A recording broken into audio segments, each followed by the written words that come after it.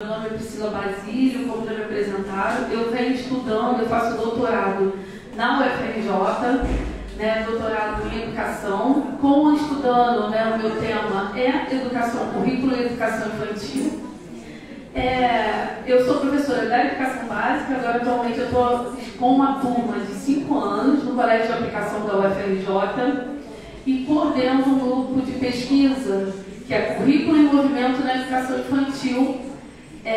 Um projeto de pesquisa e extensão que a gente oferece todo ano, coordenando com os integrantes lá da escola, professores de educação básica, pesquisadoras.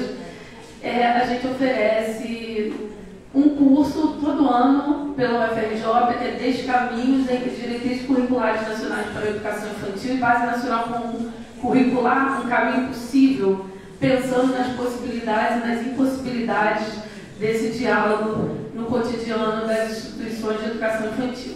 Então, é uma alegria, na verdade, é uma conversa, porque todas vocês são professoras, agentes, professoras adjuntas, professoras, todas as nomeações que a prefeitura apresenta, como a Carol trouxe para a gente, Carol? Eu coordenava um fórum de educação infantil há 16 anos, a gente fez parte, chamamos, junto com uma parceria com o Simpro, CEP, no Ministério Público, nessas lutas de enfrentamento a, na verdade, é uma forma de precarização da formação docente, como a Amanda bem colocou aqui, e esse 1 terço é uma luta constante, ele ainda não acontece, enfim, não é uma, eu não vou entrar aqui, gente, eu adoro falar de política, mas eu vou focar, acaba o tempo, Então eu vou começar a discussão agora do currículo da educação infantil. Vou deixar a minha amiga se apresentar aqui e aí depois a gente começa realmente pensando o que é o currículo da educação infantil. Bom, boa tarde a todos e todas. Meu nome é Marta, eu sou professora de educação infantil, mas atualmente estou como coordenadora de uma escola. Sou primeira secretária do Simpro Rio, cofundadora do Movimento Articulação Infâncias. Conheci Priscila no Fórum de Educação infantil. A gente fez uma grande parceria de luta, de educação. Hoje é uma grande amiga, parceira nos artigos, parceira nos estudos. Frequentamos o mesmo grupo de pesquisa, o grupo de TACA, que é um grupo de infâncias, tradições ancestrais e cultura ambiental. E a minha pesquisa ainda é no chão da escola. Então, nesse lugar que eu vou falar, ainda mesmo sendo coordenadora, é aquela coordenadora que está no chão das escolas, está nas salas, está construindo junto com os educadores da escola uma educação, uma pedagogia da alegria, da brincadeira, da criança que é protagonista. Então, a gente trouxe vários slides, mas sabe que é trocar e partilhar com vocês, a gente se fortalecer nesse currículo, que a nossa mesa anterior já falou isso, tem que ser um imposto, um currículo para a gente, e como é que a gente faz diferente, continua fazendo diferente, só se fortalecendo umas com as outras, para a gente poder ser multiplicadoras nesse processo de ensino-aprendizagem. Coisa ajeitada, tá?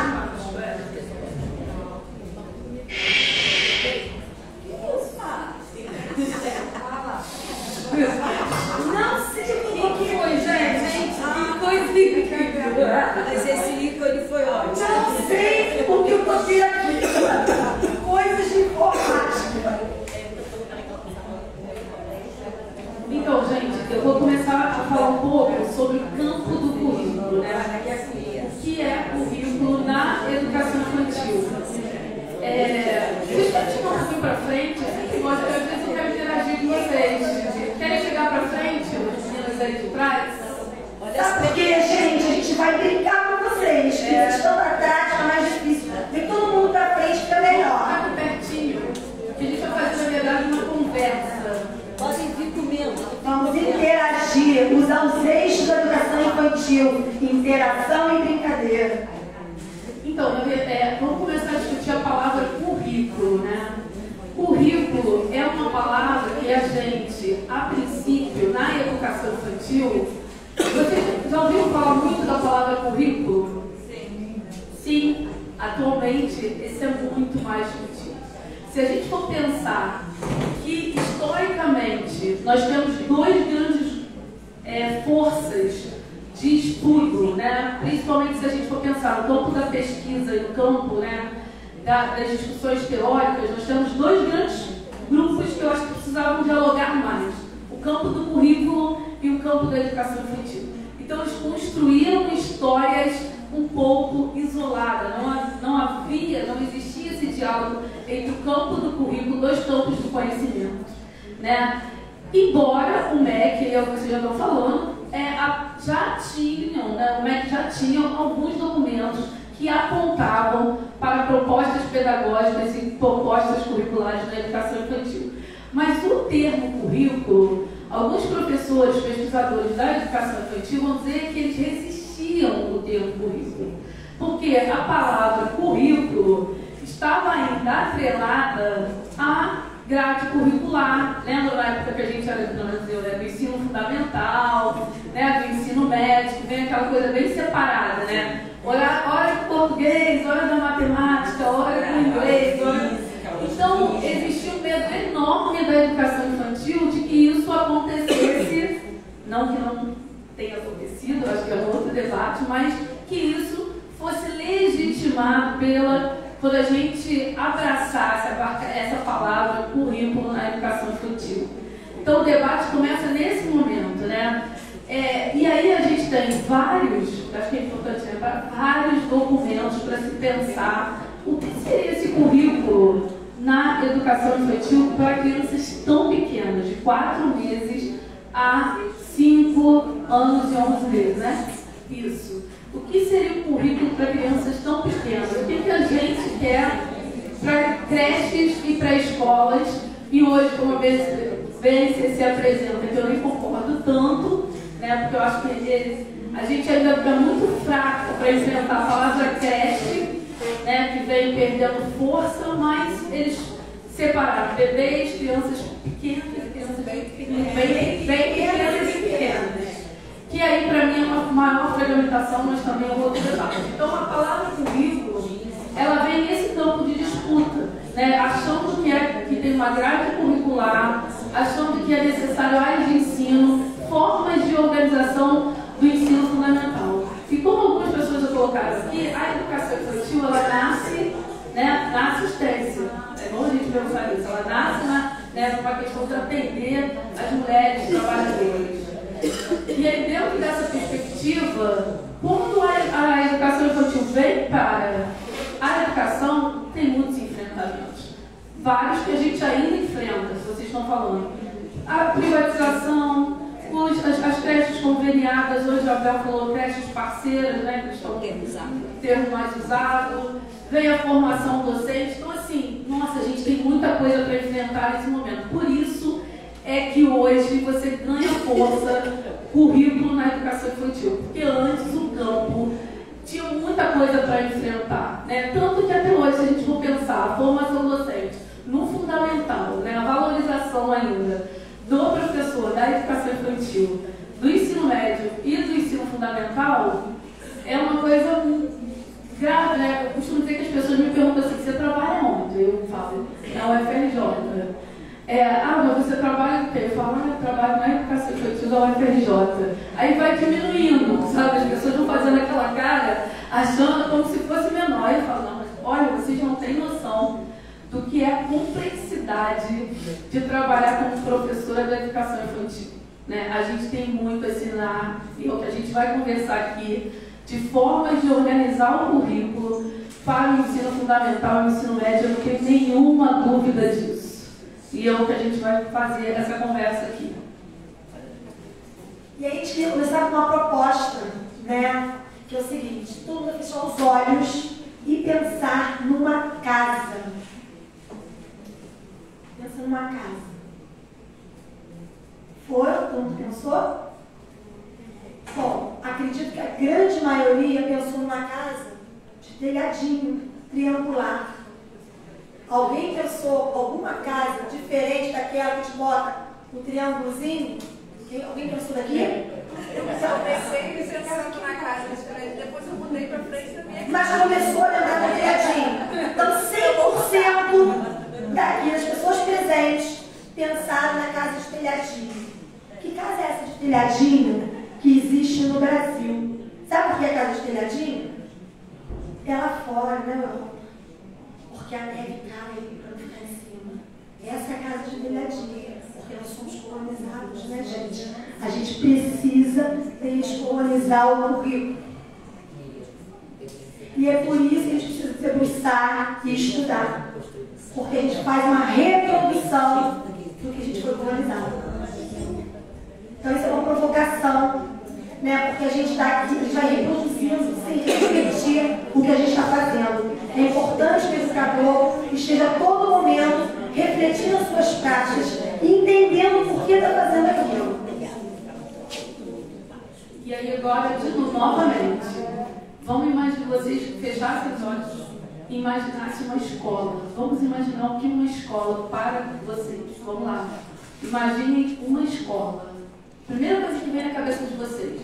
Quando vocês brincavam na infância, como é que era a escola que vocês brincavam? Lá. Eu lembro que eu reunia todo mundo para fazer essa escola que eu vou falar para vocês. Que nem todo mundo tem o privilégio, né, de ter uma escola com os quintais. Né? E quando a gente pensa em escola, a gente pensa nessa escola assim, que está na imagem. Podem abrir, gente, os olhos. Quem pensou também em uma escola diferente? Como é que era o teu nome? Evelyn, o que você pensou numa? Qual escola que você pensou? Na verdade, eu comecei pensando num parquinho. E depois... Nossa, que coisa boa! Teu pensamento está descolonizado. Eu comecei pensando na rodinha. Que rodinha? Eu comecei pensando na rodinha. Mas... literalmente, nas rodinhas que... Poxa, já fui professora de pré-escola. Quando eu entrei na prefeitura em 2012, porque agora já sou professora de religião faz algum tempo. Já fui professora de pré-escola naquela época. Como eu sou baixinha e as crianças eram pré-escola, sempre ficava na altura. O pessoal, gente, essa turma tá fazendo não, a criança aqui de meia adulta. Mas a gente pensar não só de propostas, mas de estrutura. Como é que é a estrutura das escolas? Uma vez eu escutei um conto que uma pessoa dormiu 100 anos. Quando ela acordou, ela conhecia um monte de coisa. O que é isso? O que é aquilo? Quando ela entrou na escola, ela falou assim, isso você não precisa me dizer. Isso eu sei que é uma escola. Tem paredes, né? Às vezes muitas delas enfileiradas. Então a escola não mudou. A escola continua a mesma de anos e anos atrás. Então isso é para a gente refletir também. Que escola é essa também em termos de estrutura, que até foi falado aqui, que às vezes a estrutura, né, não permite a gente avançar. Mas então como fazer uma escola com 20 crianças dentro, não dá para fazer rodinha? Será que não dá para fazer roda? A gente precisa reinventar, a gente precisa cortar essas barreiras. E como? Então a gente precisa estudar, pensar e inovar. E assim, eu lembro, eu tenho uma sobrinha, né, de 4 anos, vou falar rapidinho. E aí, acho bom, é ótimo, a Marta me controlando aqui. E aí, eu falei, ela estava brincando lá de escola, e ela tá, senta aí, não levanta. Eu falei assim, aí eu perguntei para ela, não, mas você está imitando quem? Ah, estou imitando a minha professora. Aí, já tá. Então, assim, as escolas ainda, né, porque a gente pensa, se a gente pensar em currículo, isso é muito importante, currículo é tudo que acontece na escola, né? É o que escapa, são as transgressões das crianças, as fugas que as crianças fazem quando a gente quer impor uma atividade, uma proposta, e as crianças realizam de outro modo. É quando a criança está naquela roda de conversa e ela não quer mais ficar em pé em chinês, ela resiste, tenta deitar para ouvir uma história. Tem várias formas, tudo isso é currículo. A forma com que a gente, o material que a gente disponibiliza, está em acesso à criança ou não está em acesso à criança? Ou não tem, a criança não tem acesso? É currículo. É falar de concepção de criança, né? Que concepção de criança nós temos quando a gente enxerga o nosso currículo. As relações que acontecem na sala, currículo. As relações que acontecem entre vocês, colegas, currículo. A coisa que a Amanda trouxe aqui é muito importante, que eu acho que quando a gente garante que escola e que currículo a gente constrói no campo do coletivo, né? Não o currículo, porque eu particularmente, pessoal aqui do maravilhoso sindicato, Duda, Bel, Mel, mas assim, eu tenho uma coisa que eu não gosto muito de ouvir. Quando eu fecho a porta da minha sala, eu faço o que eu quero. Se a gente for pensar no campo político, é maravilhoso, né? Porque vem uma imposição de uma legislação da base, por exemplo, né, com uma característica de mercantilização, mas a gente precisa de diálogo, de corredor, de conversa com o colega, não é para ficar isolado na sua sala pensando nas suas propostas. Então, a gente precisa desse terço de planejamento para construir uma escola coletiva. É disso que a gente está falando, porque um projeto de coletividade, um currículo construído com a comunidade escolar, vai ser um currículo que tem sujeitos coletivos, sujeitos éticos, políticos e estéticos, que são vocês, professoras, agentes, auxiliares, e a gestão da escola. Então, gente, realmente Então, eu vou falar rapidamente agora, gente, vocês vão olhar aqui, eu vou falar aqui, mas vai ser um pouquinho, porque agora é uma parte muito teórica, tá? Teórica no sentido da legislação. Então, a gente vai apresentar rapidamente um pouco a legislação, tá? Vocês vão anotando, depois a gente faz uma conversa. Quais são os documentos que norteiam hoje, documentos obrigatórios? Quando eu estou com a criança, o que eu tenho que pensar e quais documentos eu preciso pensar, né? Olhar para esses documentos e pensar de que modo eu vou organizar esse currículo para a educação infantil. Hoje nós temos 2 grandes documentos que são obrigatórios, de caráter obrigatório para creche e pré-escola. DCNEI, Diretrizes Curriculares Nacionais para a Educação Infantil, e Base Nacional Comum Curricular. Eu, particularmente, gosto e adoto muito mais não. Eu adoto muito mais as DCNEIs, as Diretrizes Curriculares Nacionais para a Educação Infantil, porque foi um documento em que eu participei da construção, e na professora que eu participei, eu estou brincando com vocês, mas assim, mas o professor participou, o Fórum de Educação Infantil, ele participou dessa construção, e a BNCC, eu não tenho dúvida, tá, gente, aí que a BNCC, ela tem caráter que foi pensado junto com os DCNEIs. São os nossos colegas que pensaram, que vem estudando infância, Maria Carla Barbosa, Paulo Fox, Silva Cruz, que tentaram sim garantir questões que estão nas DCNEIs. A questão é o seguinte: quem de nós, professores da educação básica, realmente, quem participou realmente da discussão da BNCC? Alguém aqui foi lá no computador, porque teve um período que eles falaram que foi de consulta. Alguém aqui foi? Você foi? Eu era da Prefeitura de São João, chegou um documento e a equipe debateu. Então, aqui no Rio, individualmente, a Secretaria Municipal do Rio de Janeiro não garantiu nenhum espaço coletivo para discussão. Inclusive, aquele Dia Nacional para discutir não aconteceu na Prefeitura do Rio de Janeiro. Então, é exatamente disso. E aí, tem vários pesquisadores, a NET de São Paulo, Carlos Freitas, né, que estuda política, vai dizer que participação que a gente está falando para construir um documento, né? Não podemos pensar políticas de educação básica, gente, sem chamar os professores que estão na escola. Não podemos mais permitir isso. Né? Para discutir currículo, tem que chamar assim o professor que está educando os bebês. Então, assim, a primeira coisa, o currículo é construído por nós. Então, nós estamos falando o que é o artigo 4º das DCNEIs, era isso. O que é o currículo na educação infantil? Conjunto de práticas que buscam articular as experiências e os saberes das crianças com os conhecimentos que fazem parte do patrimônio cultural, artístico, ambiental, científico e tecnológico, de modo a promover o desenvolvimento integral de crianças de 0 a 5 anos de idade. Né? De que modo isso? É necessário, e eu acho muito importante, que a gente tenha escuta para a comunidade escolar, tenha escuta para o entorno, porque é a partir desses saberes também, que normalmente são saberes não valorizados, né? Saberes que não são hegemônicos, saberes que as crianças trazem, porque se a gente for pensar na escola pública do Rio de Janeiro, né? O que é o currículo que nasce que emerge nas discussões da comunidade do entorno? Qual currículo emerge das crianças que a gente atende na educação infantil? Né? Não é um currículo que está posto. Os campos de experiência, que a gente vai falar mais na frente, a gente não vai falar muito dos campos de preferência, mas não, né? Então, vai. E não é um currículo cartesiano, né, gente? É isso que a gente precisa pensar. E aí, mais rápido ainda tá, nossa.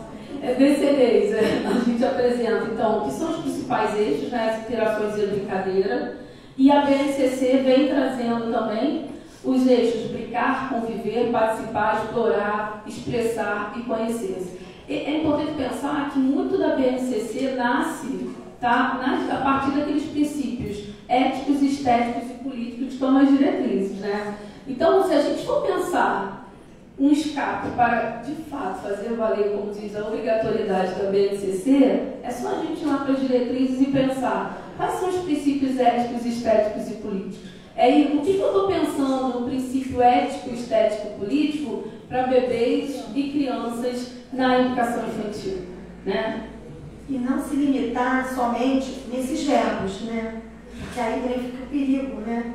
Integrar, investigar, né? Então a gente tem que ampliar, porque senão a gente fica preso também somente no que está escrito e não pensa para além. Então tem que ter mais cuidado, porque a BNCC também vem falando, né, de parte, eu, o outro, as formas. Aí o que aconteceu? As pessoas tornaram isso projeto e fragmentou a criança. Agora eu vou trabalhar eu, o outro. Agora eu vou trabalhar as formas, gente. Formas, cores, eu e o outro, está no mundo, está na vida. A gente tem que trazer um contexto, a criança tem que estar inserida dentro de um contexto. Ela não está fora, ela não está fragmentada, ela não é só cabeça, ela não é só corpo. Né? Então a gente precisa pensar como um todo. Então o perigo é que as pessoas pegaram a BNCC e transformaram eixos, né, as propostas da BNCC em projetos. E projetos parte da criança. Ela é a investigadora, ela é a protagonista desse processo. É importante a gente ler e saber o que a gente está lendo e como a gente vai fazer. Então, vou indicar um livro rapidinho. Um livro da Ana Faria de Goulart. Ana Faria de Goulart. Depois eu posso até botar aqui, eu acho que é Ana Faria de Goulart, que o Paulo Forte é Maria Carmen Barbosa, que ele está na internet, que fala sobre as experiências, porque vocês sabem que isso nasceu nas experiências, né, desses campos de experiência, vem muito influenciado por uma experiência da Itália. E o que isso acontece? É muito importante, porque a Ana vai falar nesse livro, a Goulart, professora da Unicamp, que os campos de experiência na Itália, eles nascem, na verdade, a partir do projeto, a partir da escuta, não, mas a partir da escuta das crianças, daquela realidade. Não é um campo de experiência pronto. Quais são os campos, e aí eu vou para uma coisa, quais são os campos que a gente pensa para o nosso currículo na educação infantil, que nasce com os projetos, que nasce com uma escuta sensível das crianças? Quais são? Que é muito, é para romper com isso. Agora eu vou trabalhar agora eu vou trabalhar que Marta brilhantemente falou. Vamos lá. Tá, então pensando nas legislações, fica o questionamento. Qual o currículo para qual educação infantil? Então eu vou falar um pouquinho dessa lógica que contribui para fomentam para um distanciamento cotidiano das crianças da vida em conexão com tudo que é vivo, a desvalorização dos saberes tradicionais, populares, intuitivos e sensíveis, o paradigma educacional pautado, que é uma discussão que a gente sabe agora, né, que tem a lei de obrigatoriedade, né, dos povos originários e da questão, né, da história africana, contra o racismo. Então, como é que a gente constrói uma educação, saberes dos povos originários, os saberes dessa ancestralidade? Acho que é essa a questão. Que forma corpos dóceis, obedientes e disciplinados, uma negação do desejo, das origens, das histórias da natureza. Hoje, a Secretaria Municipal de Educação, isso é importante, ela está com aquela... Vamos publicar lá fora, é isso, gente? Vamos no projeto da Secretaria, vamos publicar lá fora? Uma coisa assim, né? Então, assim, é muito importante que a gente tenha pensando que como que nasce essa escola que a gente vê hoje, dessa rotina rígida, da forma de organização, que as crianças estão sempre em fila, as crianças ainda, eu estou fazendo a minha tese numa escola do município, né? Finalizando a minha tese de doutorado, e numa escola rural lá em Macaé, porque um dos argumentos da base era que as escolas precisavam muito de uma orientação, porque a partir dessas orientações, aí as práticas mudariam. Aí eu fui lá na rural, 7 horas daqui para ver como isso acontece. A Beatriz não mudou nada. A prática são as crianças enfileiradas, são folhinhas para as crianças, né, passarem ponto por cima, cores. Aí tem um dia de trabalhar com amarelo, um dia de trabalhar com... Enfim, o que a gente vai discutir agora é que é um currículo. O dia da brincadeira. O dia da brincadeira. Nossa, essa é demais. A gente garantiu o direito de brincar, né? E aí, falando do dia da brincadeira, uma coisa que é muito comum é o dia da novidade, que é todo dia. A gente tem novidades todos os dias para contar. Aí, na hora de avaliar a criança, diz que ela repete o que o amigo falou. É lógico, né? Causa uma grande angústia. Ela está na roda e todo dia tem que fazer uma novidade. Porque é ou repetir o que o amigo falou. E aí, a criança está com algum problema, com alguma dificuldade. Gente, novidade, não tem que ter roda de novidade. Quando tiver uma novidade para contar, a gente não chega para contar, ela vai contar. É esse cuidado que a gente precisa ter, entendeu? Senão já ia produzindo dia da novidade todos os dias. Todo dia tem novidade. Essa Então, para mim é novidade. a roda é para socializar, é para tocar, é para trazer uma história provocativa e debater esse mundo que nós estamos vivendo. E pode ser que um dia a gente faça uma roda e ele chega a ter uma novidade para contar. E vai compartilhar e nós vamos fazer desdobramentos dessa fala dessa criança. Ela vai ser protagonista desse processo. E não ter todo dia novidade, formas de novidade, para a criança contar. Que nem a gente tem novidade todo dia para contar. Então sabemos que muitas escolas, que você está falando, né, elas são inseridas nessa lógica dominante. Um ambiente onde essa lógica tem produção neoliberal, se naturaliza e a gente reproduz.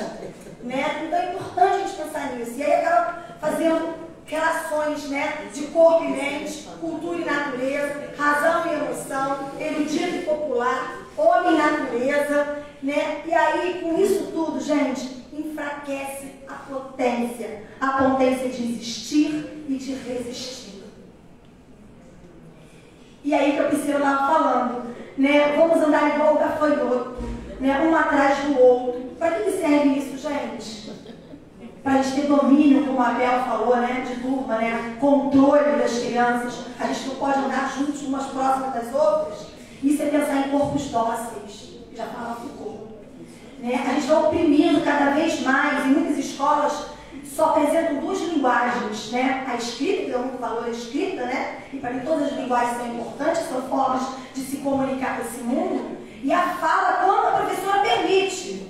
Porque quem fala é a professora. Ela deposita a informação, né? Ela não vê que essa criança é sujeito e que ela já é. Ela traz o conhecimento, ela traz os seus desejos, ela traz a sua inquietude, ela é investigativa. E aí os projetos precisam nascer desse grupo e não da escola. Porque cada grupo é único. As turmas não são iguais, gente. Então não dá para montar um projeto para todo mundo. Porque cada turma tem um desejo diferente, uma questão diferente. Cada caminhar é de um grupo. E se entra uma criança nesse grupo já muda. Então, por exemplo, datas comemorativas, isso é imposto pelos adultos. As crianças não trazem. Elas trazem. Eu vou almoçar na casa da minha avó, né? Porque é dia das mães. Ok, mas ela não traz com desejo de investigação. Ela está curiosa com a formiguinha que está passando no pátio, com um buraquinho que ela encontrou, que cheiro tem. E é por aí que a gente tem que pensar no nosso currículo, no nosso projeto. O que as crianças querem investigar? O que elas estão curiosas? Porque o Paulo Fox fala uma coisa que eu gosto muito. Que assim, quando a escola define fazer um projeto institucional, ela tem que ter uma nitidez. Pode fazer o projeto institucional, não tem problema nenhum fazer o projeto. Só que o projeto institucional, quando ele a gente decide um projeto institucional, normalmente no início do ano, ele está atrelado a nós adultos, professores, que vamos escolher um tema que pode ser legítimo a partir de discussões. De exemplo, agora eu quero trabalhar a questão, que é uma questão que está me atravessando muito, que é a questão do racismo, mas eu quero trabalhar uma questão ético-racial com as crianças. Aí os adultos decidiram isso. Agora, o que a Marta está dizendo é uma coisa muito importante. Os projetos de turma, eles nascem a partir de uma escuta sensível nas relações, não só uma escuta. Né? O tempo da criança brincar é o tempo também, às vezes, do professor observar. Quais são as brincadeiras? O que as crianças estão brincando? O que elas estão dizendo para a gente? a partir das brincadeiras dela. Esse Mel, durante um tempo, não? Então, só voltando nas escolas dominantes, cartesianas, eurocêntricas, capitalistas, né? Então, eu já estou dando um modelo para as crianças.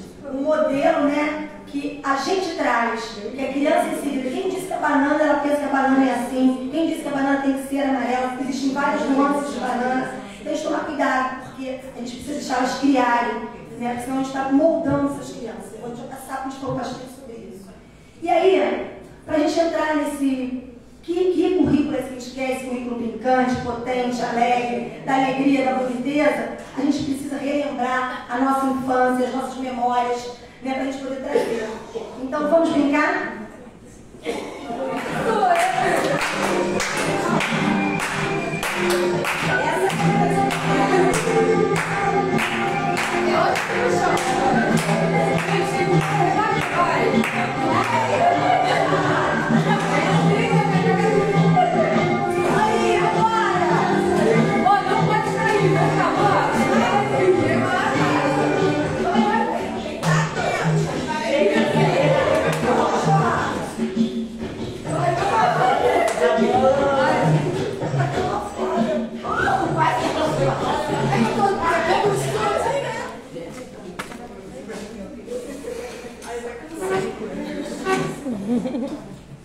Quanta potência, né, gente? Essa é a pedagogia do afeto da alegria. É viver e sentir com o corpo inteiro. É sentir pelo afeto, ter encontros, afetar e ser afetado. Eu costumo dizer para as minhas educadoras que eu não contagio quando eu não estou contagiada. A gente tem que estar contagiado, a gente tem que estar feliz, tem que ter desejo, porque a gente vai contagiar nossas crianças. Spinoza, que é um filósofo, né, do século XVII, diz que o corpo humano pode ser afetado de muitas maneiras, pelas quais suas potências de agir é aumentada ou diminuída. Então, a gente busca pensar e refletir a respeito de educação infantil íntima nessas relações de afeto. E aí o autor, ele fala muito isso dos bons encontros. Os bons encontros trazem boas memórias, afeto, potencializa a gente. E os maus encontros diminuem a nossa potência. A gente quer aumentar a potência das crianças ou diminuir a potência das crianças. É isso que a gente precisa pensar como Spinoza traz para a gente. Isso é só uma coisa, assim, eu acho que pensando nas nossas práticas concretas, quando a gente tem aquele horário fixo, que a criança só pode ficar 15 minutos no parquinho, isso aumenta ou diminui a potência de existir, de vida, de corpo inteiro das crianças? Né? Quando a gente só garante, tá? Na roda, que a criança tenha uma fala importante na roda de conversa, a gente só ali que a gente garante, os outros a gente fica, não fala, não pode falar, não. A gente aumenta ou diminui a potência de existir?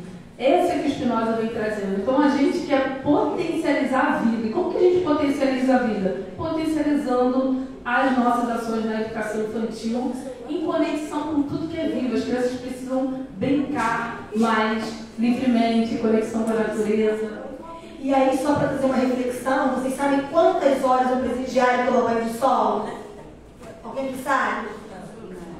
Então eu vou falar para vocês. 2 horas. E aí a pergunta é, quantas crianças, quanto tempo as nossas crianças tomam banho de sol, vão para o quintal? Não precisa responder, é só para refletir. Ah não, quando passa muito tempo, as amiguinhas ficam aí, ela ficou muito tempo. Nem isso. Então, a gente quer o quê? Uma educação que a criança não seja submetida à vontade e imposição dos adultos. A gente quer almejar que elas participem de um currículo que contribua para gerar diálogos, investigações, descobertas, interações, brincadeiras, independente da sua faixa etária, gente. Outra coisa que a gente precisa refletir. A escola veio para fragmentar crianças de 1 ano, crianças de 2 anos, crianças de 3 anos. Crianças de 1 ano na mesma turma, todo mundo tem que ter o mesmo saber. Todo mundo tem que se encaixotar na forminha de gelo. É assim, nós somos diferentes, nós temos vivências diferentes, histórias diferentes. Então, a gente precisa ter esse olhar singular para cada criança, respeitar as crianças, né? Então, a gente vai formar o quê? A até já falou, sujeitos éticos, capazes de empatia pelo outro, espírito de coletividade, sensibilidade, interage e com os demais seres da biodiversidade. Uma criança em conexão com e na natureza, porque nós somos parte dessa natureza. Nesse contexto, gente, todo que está falando de pedagogia que a gente quer, de currículo que a gente quer, né? Compreendemos a importância de uma educação que escute as crianças. E escutar não é só uma fala. Bartolomeu Campos de Queiroz diz que a gente tem raízes pelo corpo inteiro. Então é importante escutar através do corpo inteiro. E escutar as crianças é respeitar suas singularidades, seus desejos, valorizar suas histórias, o contexto que ela está inserida, o contexto que a comunidade está inserida, e assim pensar em projetos e um currículo daquela escola. E aí já falo agora de experiências de quintais. É importante pensar experiências de quintais que vivemos com nossas crianças. Que tempo é esse que nós destinamos, bota para elas ficarem nos quintais, nas áreas abertas? Quando tem, porque tem unidade escolar que não tem. Pois é, e a unidade escolar que não tem, boa pergunta, o que a gente faz? Nós vamos se mobilizar, porque eu já escutei muito isso dos educadores. A minha escola, por exemplo, não tem rio, não tem floresta, e não vai ter por enquanto, tão cedo. E aí eu não faço nada, eu paraliso, porque agora como é que eu vou trabalhar com a natureza? Pensando primeiro que a natureza somos nós, mas o que eu posso trazer do espaço que eu tenho? Se eu não tenho um quintal, se eu tenho uma sala, como eu posso transformar essa minha sala? Como é que eu posso trazer terra, água para dentro da minha sala, com propostas? A gente tem que inovar, é isso que eu falei, a gente tem que recriar. Né? Porque eu sei que muitos espaços, muitas escolas não têm um espaço ideal. Aqui é uma citação do Manuel de Barros, que fala de seus quintais, né? Eu vou passar. Então, experiências de quintal, quem é quem para nos contar? Então é importante a gente ver e dar oportunidade, né, das crianças poderem investigar. Essa é uma criança que estava no quintal, pegou uma lupa e foi investigar a horta. Gente, esse é um espaço de quintal que não é uma floresta, que não tem rio, que não tem cachoeira, mas tem oportunidades. A gente vai criando essas oportunidades para eles investigarem e conhecer cada vez mais o que eles querem descobrir e investigar. Eu acho que você conhece a professora Leti Liba, que é a professora que vem discutindo muito a questão do desemparedamento, né? Nós somos do grupo dela e esse desemparedar, que ela agora me falou que ela quer ampliar esse conceito, porque desemparedar na escola é mais do que só ocupar as áreas externas, né, Marta? A gente sempre fala isso, é desemparedar a vida. Eu diria, é desemparedar primeiro a gente. E aí eu lembro de Frenet. Porque quando o Frenet chegou, as pessoas começaram a fazer as técnicas de Frenet e falar, eu sou Frenet. E Frenet falava, ser Frenet não é fazer técnicas de Frenet. Ser Frenet é entender a essência da pedagogia Frenet. Então, desemparedar não é tirar as paredes das escolas, porque a gente pode estar no quintal e estar emparedado. Desemparedar começa aqui, ó, pela gente. Desculpa, pode continuar. Não. É muita paixão aí. Nossa, exatamente. A gente deu nós fizemos uma mesquita 3 horas, ainda não deu tempo de falar tudo que a gente, uma formação. E aí eu acho que a gente preparou para isso, umas 3 horas. Vamos fazer um lanchinho, por isso que vocês prepararam um lanche maravilhoso para vocês. A gente vai ficar aqui perto.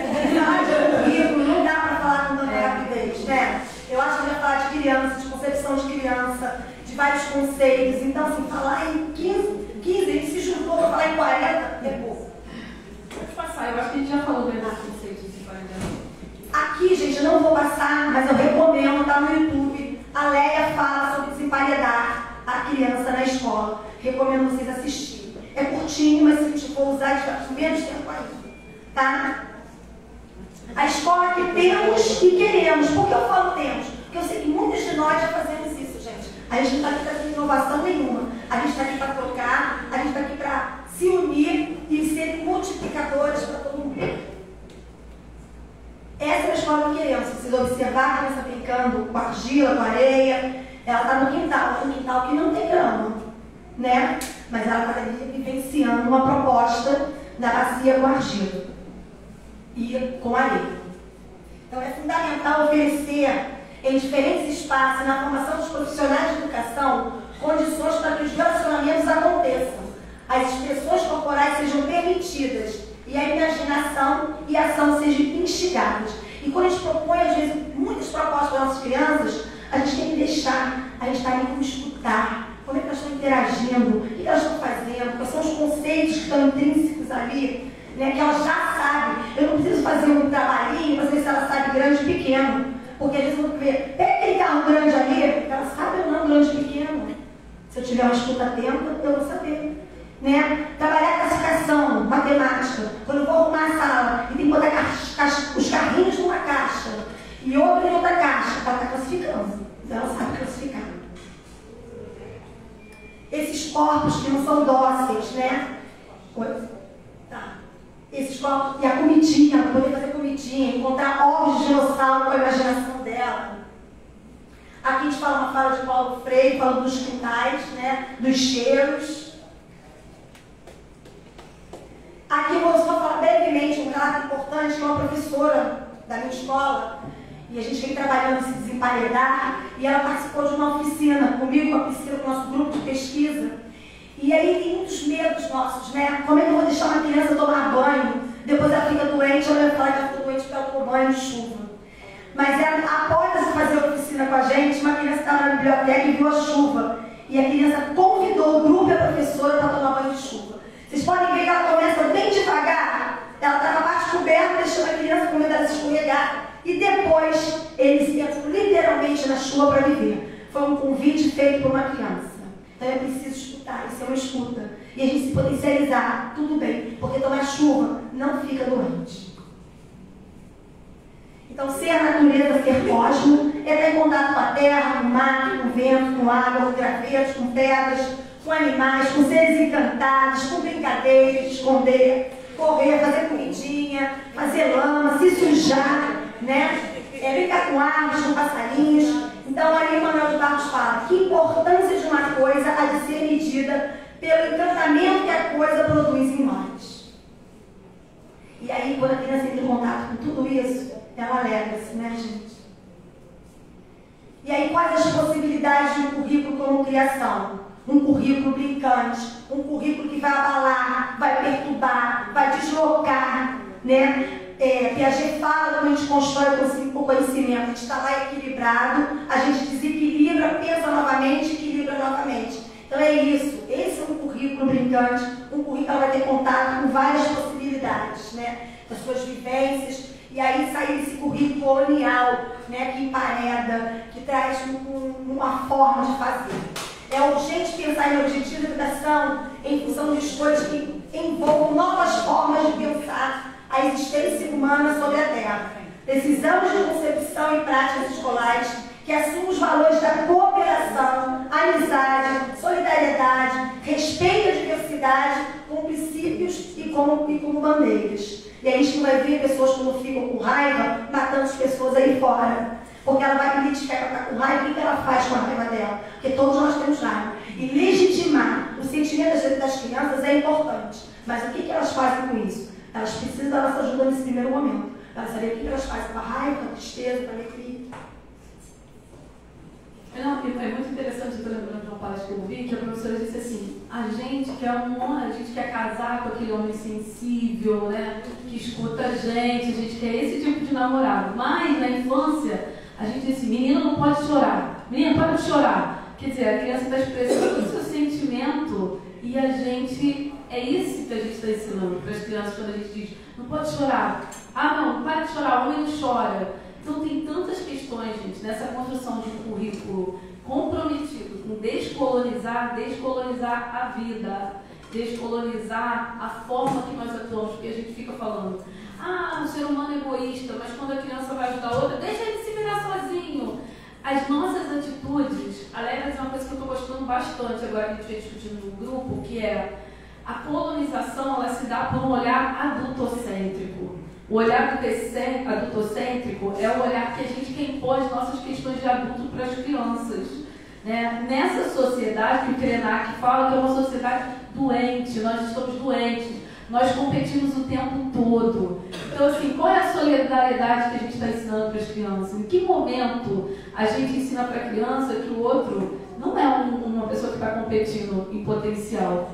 Não é quem chega primeiro, é o Ubuntu, é quem chega junto. Só há mudança junto.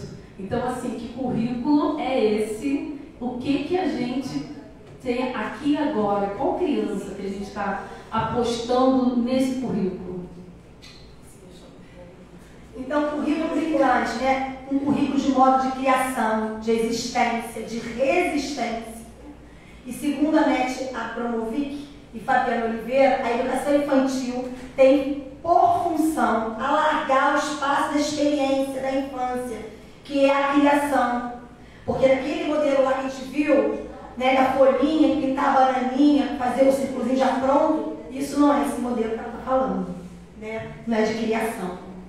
Na medida em que o espaço da criação também necessita ser produzido em uma espécie de produção da produção do espaço de criar. E aí, eu vou fazer agora uma proposta para vocês. O que nós vemos e sentimos com estas imagens? Não vou falar, vou dar um minuto para vocês olharem e sentirem. O que vocês sentem com essas imagens?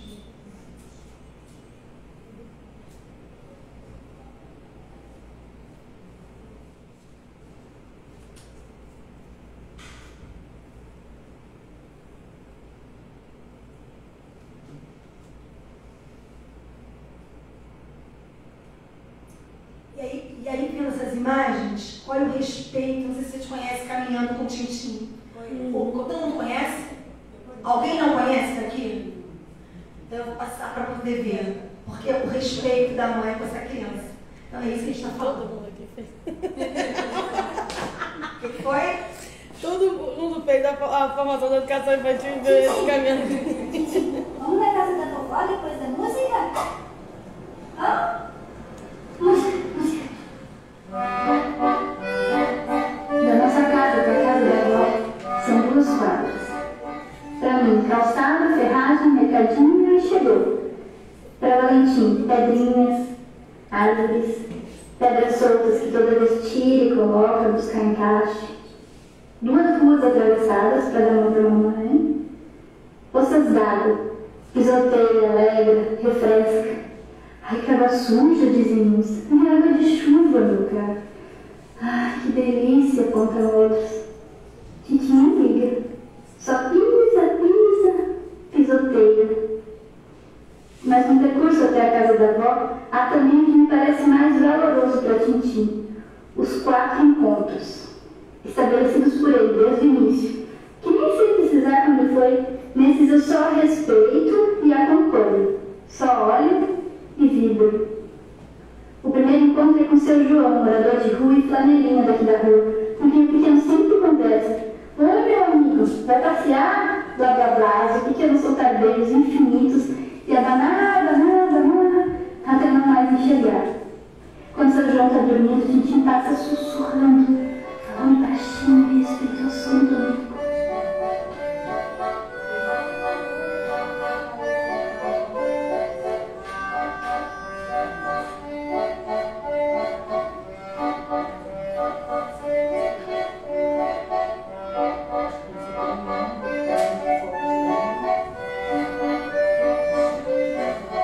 Valentim tem me ensinado sobre os caminhos e que o tempo é senhor de delicadezas, desafios e novidades constantes e intermináveis.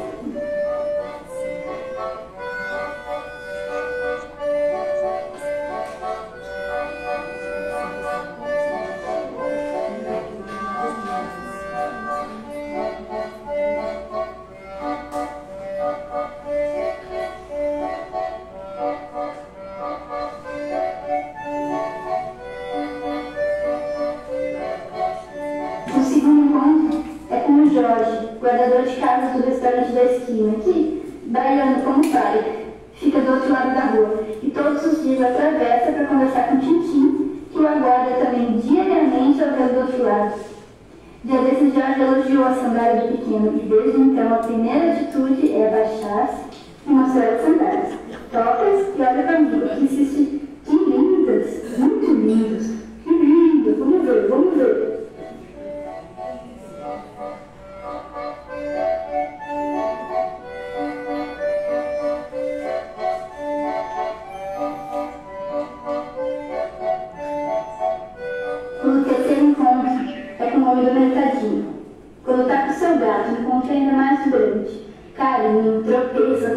coração.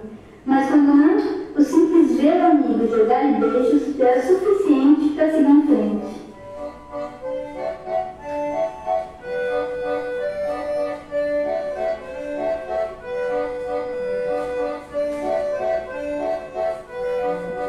Atravessando a rua, os 3 senhores dão um xarifado do hospital, que às vezes são 2, às vezes são 4, às vezes é um só. Tintim desvia a rota para vê-los, pega ele no colo, conversa um pouco e pronto, está feito. Abana em despedida e corre disparada para frente do portão do prédio da avó. Todos os dias. Cada dia com um olhar atento sobre algo novo no trajeto, mas sempre com seus 4 encontros. A sentir falta quando alguém não está. Valentim tem ensinado sobre os caminhos, caminhares e destinos. Que o chegar não é mais valioso que a andança. Que o encontro é precioso e necessário.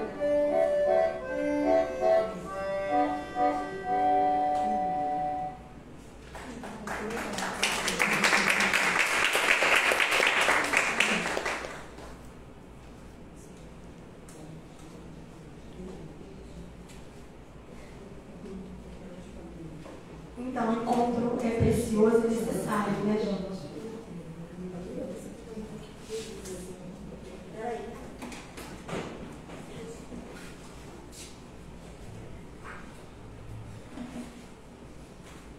Consegui explicar.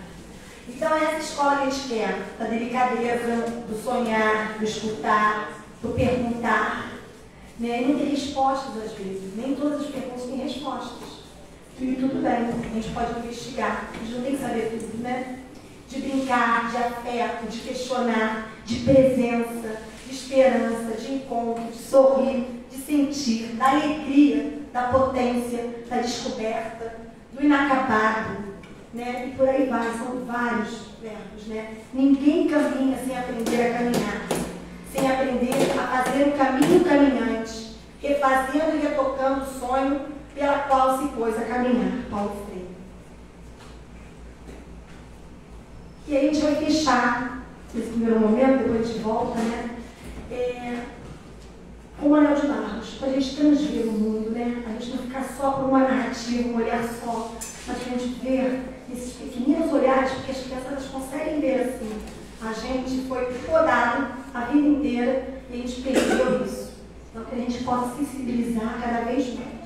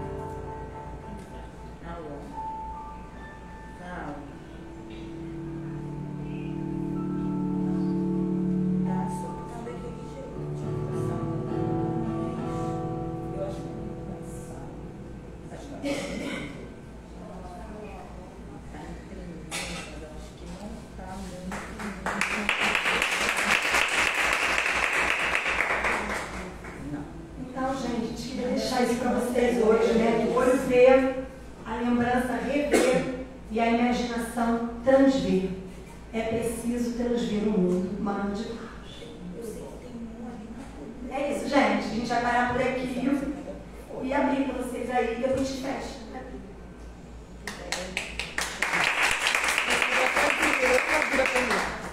Alguém vai fazer a inscrição? E aí, gente, a peteca tá com vocês. Ele vai pegar a peteca. Eu vou fazer a inscrição. Foi. Tá funcionando, inclusive. Ó. Pode até vocês no microfone, para ninguém ficar tímido de vir até aqui.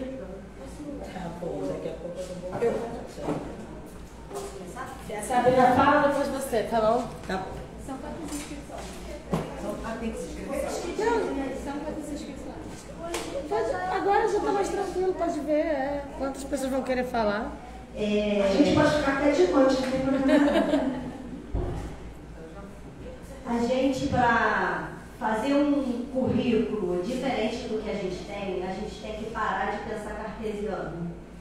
Né? Hoje todo mundo fala a palavra quilombo, todo mundo fala a palavra de povos originários, mas quem vive quilombo sabe que a gente não tem essa concepção que vocês têm. Nós temos a concepção de ciclos, né? Nós temos uma concepção histórica diferente de vocês.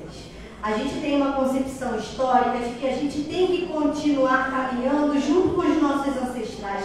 A gente nunca pode abandonar os anseios dos nossos ancestrais, sejam nos povos originários ou seja nos povos africanos, né? Como a gente fala. A gente tem um senso de ancestralidade incrível. Os meus ancestrais que vieram daqui, né, do Brasil, ou que vieram da África, nós temos que continuar andando junto com eles. Eu fiz um trabalho e participei de uma pesquisa. Uma senhora lá na África virou para a gente nessa pesquisa e falou assim: os seus diplomas hoje não conquistaram metade do que a gente conquistou sem os nossos diplomas. Nós conquistamos os direitos que vocês têm hoje, de falar, de se expressar. E hoje, como eu tenho essa concepção ancestral, eu acho que nós aqui temos a faca e o queijo na mão. Nós é que temos que despertar em nós esse sentido de mudança, esse sentido de união.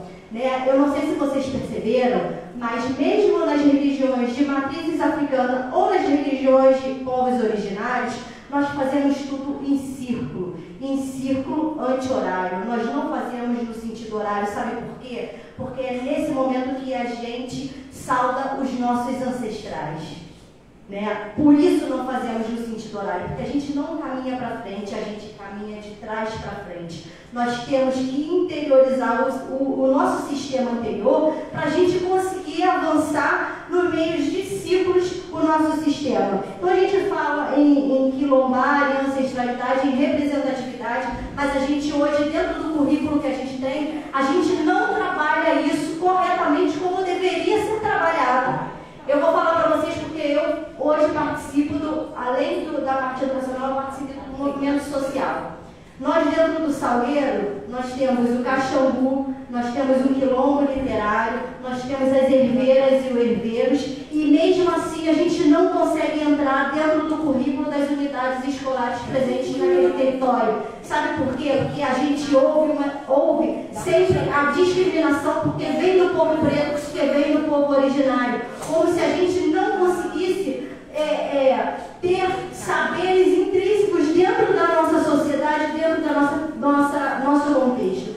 Aquelas herdeiras e aqueles herdeiros que hoje não têm o ensino que a gente tem, mas eles têm um conhecimento riquíssimo daquelas ervas, eles têm um conhecimento riquíssimo de toda a ancestralidade, todo o conhecimento herbário, medicinal e culinário, que a gente hoje fala, porque ora pronobis serve para isso. Quantas vezes elas não usaram ora pronobis no século passado para alimentar os filhos e filhas que elas tinham lá? Então hoje, a gente, para conseguir esse currículo que vocês falam, que a Amanda falou, que a Ana Paula falou, a gente precisa acabar com essa centralidade, esse eurocentrismo, e a gente tem que olhar para os nossos povos, sejam eles quilombos ou sejam eles povos originários, de uma forma menos discriminativa. Né? porque a Europa massacrou todo o nosso conhecimento. E se hoje a gente não consegue se organizar, seja no movimento social, ou seja como quilombo, como... é porque as pessoas, a branquitude invade, nos mata e nos destrói. Então a gente tem que parar e pensar nesse sentido de currículo.